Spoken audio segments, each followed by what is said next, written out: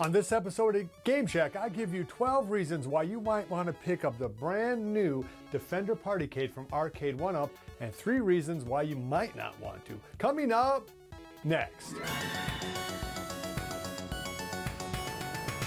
Hey everybody, it's JDV here for EvilGeniusEntertainment.com. Thank you for stopping by the Game Shack, the world's smallest arcade. We really do appreciate it here at the channel, everybody who's been stopping by for these episodes.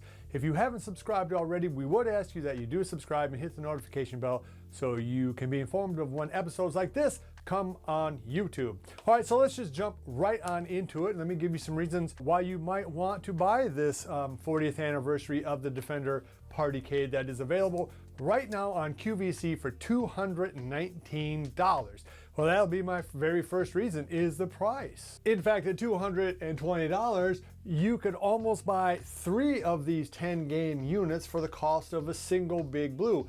And in fact, the Terminator games, the Simpsons games, the Killer Instinct, those are all going to be $700. The pinball games are over $700. So you could pick up 3 of these and get 30 games versus something like Terminator where you're only going to get 1 game. So there is a lot of value in this, particularly when you consider that this does have the same 17-inch monitor that you will find in all other Arcade1up machines. So let's talk about that a little bit. The size of this thing actually surprised me quite a bit. Seeing it on like a QVC video or something like that really did not tell me just how actually big the machine was going to be or how heavy it is. It is actually a fairly hefty little machine. I was kind of shocked. It is almost as wide, like maybe by 1/2 inch, 1/4 inch, as a normal legacy cabinet. It really is a very nice size, and yet it is still small enough that you could put this thing in the back of your car and take it to a party, take it to a school event, something like that. So you could still move it around. I mean, it's not super light. I think it's like 17, 18 pounds. So you can't be wildly frail and move it. And yet still the size of this thing really, it did blow me away. Just the build quality is just about everything you'd come to expect from Arcade1up in terms of the controls. They seem to be just exactly like other Arcade1up controllers. And I don't know how well you can see it here with all the lights on, but it does come with a very nice, evenly lit marquee. So speaking of the controls, as far as I know, this is the only licensed cabinet that you can buy right now on planet Earth that is new, that has the actual Defender arcade controller deck setup. So you'll have your reverse here, player 1 here, your hyperspace, your smart bomb, your thrust, and your fire. Now, that's a big deal to Defender fans because, as most of you guys know, the 40th anniversary full-size version of this game from Arcade1up does not have this controller setup. Instead, it has just basically a Mortal Kombat type setup, which is playable, I mean, but it's not, you know, exactly like what you see in the arcade. And so if you're wanting to actually relive an arcade experience, this is really the only show in town. So my 4th and 5th reason why you might want to pick up this game are the fact that you can pause the game and you can go in and essentially change the dip switches. Okay, so we'll start the game right here. All right, so all right, we're going forward. Okay, so I want to pause the game. Oh, there we go. Hit the first player and second player button at the same time, and that gets you into this menu, and you hit the reverse button, and then you go back and you die. So that is super cool. I mean, this is something that should have been on all of these machines right from the get-go. As I've kind of argued with some other people, these are not arcade games. These are simulacrums of arcade games. They're replications, and yes, while they get very, very close, it sure is nice to be able to do that if somebody's calling your name or if you have Call of Nature or whatever it is very nice to be able to pause the game. And once you do pause the game, okay, so let's go ahead and get out of the game. Quit the game. Oh, sorry. All right. You can go in the main menu there, and then this is my 5th reason, that you can go in here and change various things about the game. What's cool about the Defender, the title game on this, is it gives you a lot of different things, from difficulty limit, the amount of lives, the simplified control option, which means if you go left and right, you'll change direction so you won't have to hit the reverse button. And all of the games do have scan lines on and off. That is a very nice feature in all of these new Arcade1up games. So again, the controller layout, the ability to pause and the ability to go in there and change the difficulty level and add scan lines and things like that is a very nice new feature. The sixth thing that you might really like about this game is something that we're seeing on the new Partycades coming out of Arcade1up, and that's the fact that it has a headphone jack right there. And in testing that headphone jack, the sound was actually very clear. It wasn't crackly at all. And it was actually a very good experience. The front speakers here are okay. They're decently loud, but there's not a whole lot of fidelity to them or a whole lot of bass. You wouldn't really expect something to, I'm guessing they're only 2.5, 3-inch speakers. But you definitely have a very nice experience here when you plug in the headphones. I was expecting them to be tinny or crackly. They weren't at all. They sounded fantastic. Seventh thing that is cool about this, and it's right next to the headphone jack, is the fact that there's a USB port here, so you can plug in a controller if you want to try to have 2 players. Now, I will say this, I tried 3 different USB type controllers, the PlayStation 4, an At Games controller, and a kind of a generic $10 Amazon controller, and none of them worked right. Only the $10 generic controller would do anything, and that would just move the character back and forth, but for some reason it wouldn't fire. So I don't think it's a defective port on mine, I just don't think I have the right controller. So it might be something that you have to search out and see what controller is actually compatible with this, because at least from my testing, the 3 that I used, none of them were actually compatible. If anybody knows what controller is compatible with this, please let us know down in the comments. But it is a cool thing, and when you do plug it in, you can actually switch so that this is player 2 and player 1 is actually the person using the USB controller. So again, just like the countercades, this is another new option that gives you a little bit more flexibility when you want to add a second player. My 8th reason, and something I've already touched on earlier, is the fact that this new Partycade comes with 10 games. And it has a pretty good selection of games. I would say better than the other Partycades that are available right now, just in terms of sheer variety. You have Gauntlet, the Untitled Game Defender, Clax, which is a sort of Tetris-y type game. I think this might be the first time Clax has been on any A1up game. Please correct me down in the comments below if that's wrong. Rampage, Joust, Bubbles, Tapper, Wizards of War, Sinistar, and Gorf. All of the games are very well emulated, sound very good, and do have the variety to change difficulty level, scan lines, and things like that. I have seen Gorf in particular just brutally emulated on other things like Raspberry Pis, so it is very nice to see Gorf just actually work the way they should. The 9th positive thing I have to say about this is, unlike all other arcade machines that you can buy, including from Arcade1up, this thing has 3 different ways that you can play it. You can kind of do it what I have here, just kind of on a table or whatever, and it comes with these 2 little legs that you can put on the side to help stabilize it, and it does have the same trim as the machine itself. Now, I found this thing to be very stable anyway, so I don't know that I would put those legs on, and in part because you don't really have to really work the joystick all that hard with this selection of games, but if you want to, you can. Now, let me show you some of the other hardware.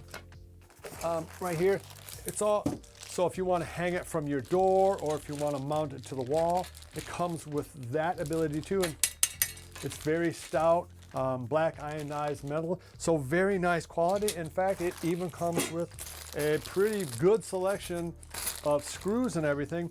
So this thing gives you a lot of variety. You can hang it on a door, you can hang it on a wall, you can play it on a table. Now, the control deck is a little short when you compare it to something like a 3/4 scale machine. It's almost 5 inches shorter than a normal one, which isn't a big deal if the game is lower and you can kind of rest your palms on it if it's, say, on a chair. Or if you're on a proper height, say like here on a stool, or if it's on the wall. But playing this thing on a table, I'm not so sure that these things are all that playable on a table, but the option is there. My 10th positive about this machine, and something you might have noticed as we go through the video, as this machine will go into a random attract mode for the various games after about 5 minutes has passed. And that is a very, very cool feature. It's something that I, at least in terms of the Arcade1up games I have now, this is the first Arcade1up game that I have that does that. So there's a lot of reasons why that's nice, because obviously a lot of people keep their machines on all day or when people are coming over. And because this thing can hang on a wall, it almost acts as a sort of interactive piece of art, something that no other machine really does. It is a very attractive thing just to have sit there, just going through all of the different games, all of the different colors. If you have the sound up, sometimes the sound will kick on, although you can turn that off, I think, in the menu as well. So it is a very nice, another thing that people have been wanting, and another indication that Arcade1up is listening to their customer base, at least about these little things. So anyway, it will go into a random attract mode after a few minutes have gone by. That's cool. 11th positive, and another cool thing that they've done, just a smart, simple thing is, all right, so let's say you're playing Joust here. Let's turn it up a little bit. Let's have a little bit of music. All right, so if you want to flap using a hyperspace button, you can flap using that.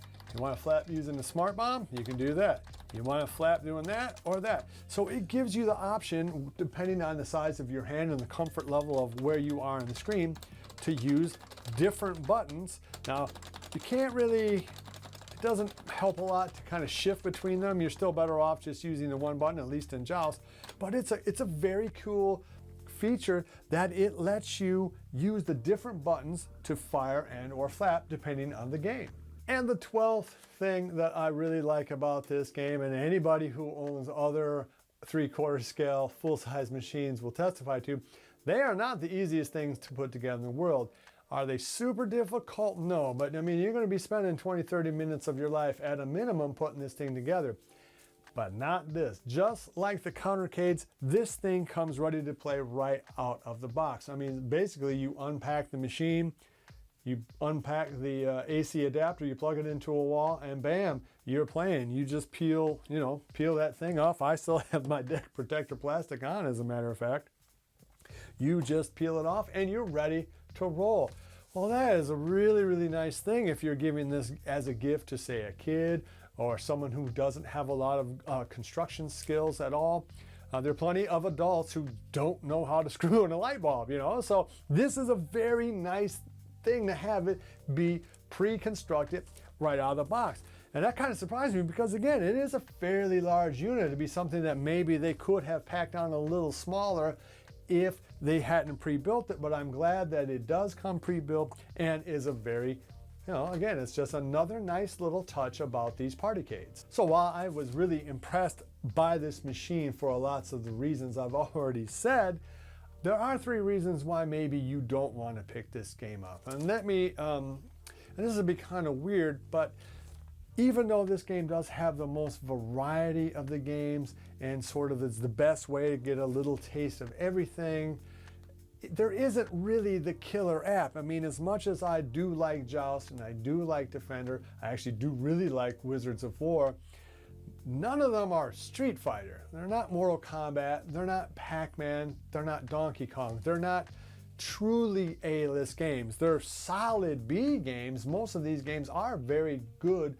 solid B games, but none of them have huge amounts of replayability, unless you are a super fan of one of the games. Now, obviously, if you are a Defender super fan, that's a big reason to get this game right there, because it has the right layout and it's beautifully emulated. And frankly, and this is a strike against this, yeah, it has 10 games, but why doesn't it have 12? And in my opinion, the 11th game should have been Stargate, another like Defender 2, right? I mean, if you're going to go through the trouble of having this dedicated arcade perfect type control deck, then why not put the other 2 games that will actually relate to that deck, and that is Stargate and Defender 2. I don't understand why that game is missing from here. That could have been game 11. And the 12th game, and something that I really do think should have been on here, is a side-scrolling beat 'em up. Gauntlet is kind of like that, but not really. And Gauntlet really is a multi-person player game. Yes, with USB, you could play 2 players with it, but it does not lend itself really to being a 1-player experience in my mind. And that kind of relates to maybe the biggest negative of all about this game. And it really is a crusher, and it probably is going to be why I end up trying to sell this game or just sending it back to QVC. Now, I did know this when I bought it, so it's not false advertising, but it's the fact that it doesn't have Wi-Fi. That is just a killer. There's just no reason why on any new game coming from Arcade1up or any game coming from any manufacturer from this point forward doesn't have Wi-Fi. There's just no excuse for this machine not having Wi-Fi.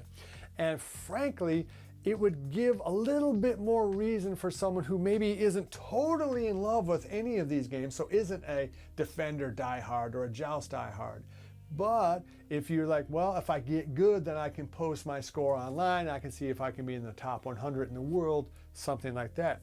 But you can't do that with this game. So to wrap this episode up, I am generally speaking very impressed by this Partycade, both the size of it, all of the new features with it, the USB, the headphone jack, the ability to pause the game, scan lines, lives, all of the things that's kind of we've been wanting to do, the 15 levels of audio, you know, volume control, the lit marquee, the build quality already pre-built. There's a lot here to like and a lot that I'm impressed by. Now, if you're already an established kind of 3/4 scale arcade owner, I don't know that this game is really going to be for you unless you are a real Defender fan. I mean, really, this is the only machine that you can get right now and have this layup. I just wish it had Wi-Fi. I think if it had Wi-Fi, that would make a lot of difference. I think if it had a good long side scroller on there, I'd be much more happy about it in terms of just something that I could play,